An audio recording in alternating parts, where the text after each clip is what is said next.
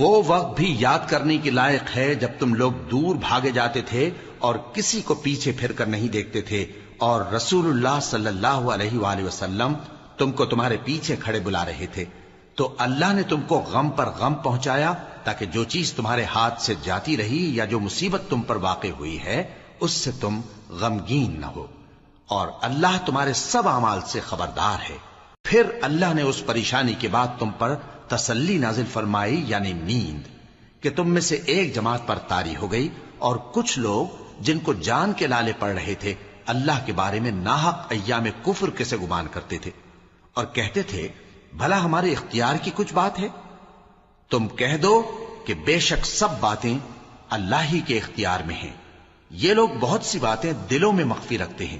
جو تم پر ظاہر نہیں کرتے تھے، کہتے تھے کہ ہمارے بس کی بات ہوتی تو ہم یہاں قتل ہی نہ کیے جاتے۔ کہہ دو کہ اگر تم اپنے گھروں میں بھی ہوتے تو جن کی تقدیر میں مارا جانا لکھا تھا وہ اپنی اپنی قتل گاہوں کی طرف ضرور نکل آتے۔ اس سے غرض یہ تھی کہ اللہ تمہارے سینوں کی باتوں کو آزمائے اور جو کچھ تمہارے دلوں میں ہے اس کو صاف کر دے، اور اللہ دلوں کی باتوں سے خوب واقف ہے۔ جو لوگ تم میں سے احد کے دن جبکہ مومنوں اور کافروں کی دو جماعتیں ایک دوسرے سے گتھ گئیں جنگ سے بھاگ گئے تو ان کے بعض افعال کے سبب وہ وقت مومنوں ان لوگوں جیسے نہ ہونا جو کفر کرتے ہیں، اور ان کے مسلمان بھائی جب اللہ کی راہ میں سفر کریں اور مر جائیں یا جہاد کو نکلیں اور مارے جائیں تو ان کی نسبت کہتے ہیں کہ اگر وہ ہمارے پاس رہتے تو نہ مرتے اور نہ مارے جاتے، یہ اس لیے کہ اللہ ان لوگوں کے دلوں میں افسوس پیدا کر دے، اور زندگی اور موت تو اللہ ہی دیتا ہے، اور اللہ تمہارے سب کاموں کو دیکھ رہا ہے۔ اور اگر تم اللہ کے راستے میں مارے جاؤ یا مر جاؤ تو جو مال و متاع لوگ جمع کرتے ہیں اس سے اللہ کی بخشش اور رحمت کہیں بہتر ہے،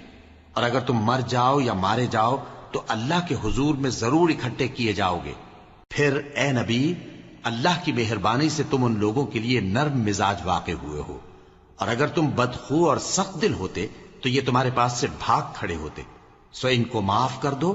اور ان کے لیے اللہ سے مغفرت مانگو، اور اپنے کاموں میں ان سے مشورت لیا کرو،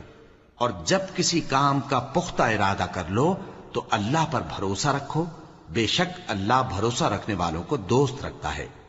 اگر اللہ تمہارا مددگار ہے تو تم پر کوئی غالب نہیں آ سکتا، اور اگر وہ تمہیں چھوڑ دے تو پھر کون ہے اس کے بعد تمہاری مدد کرے؟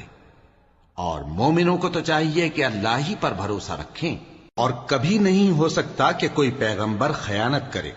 اور خیانت کرنے والوں کو قیامت کے دن خیانت کی ہوئی چیز اللہ کے روبرو لا حاضر کرنی ہوگی،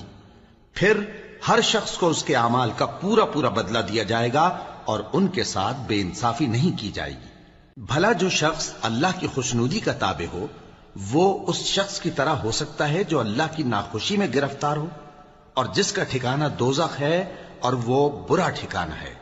سب لوگوں کے اللہ کے ہاں مختلف درجے ہیں اور اللہ ان کے سب اعمال دیکھ رہا ہے۔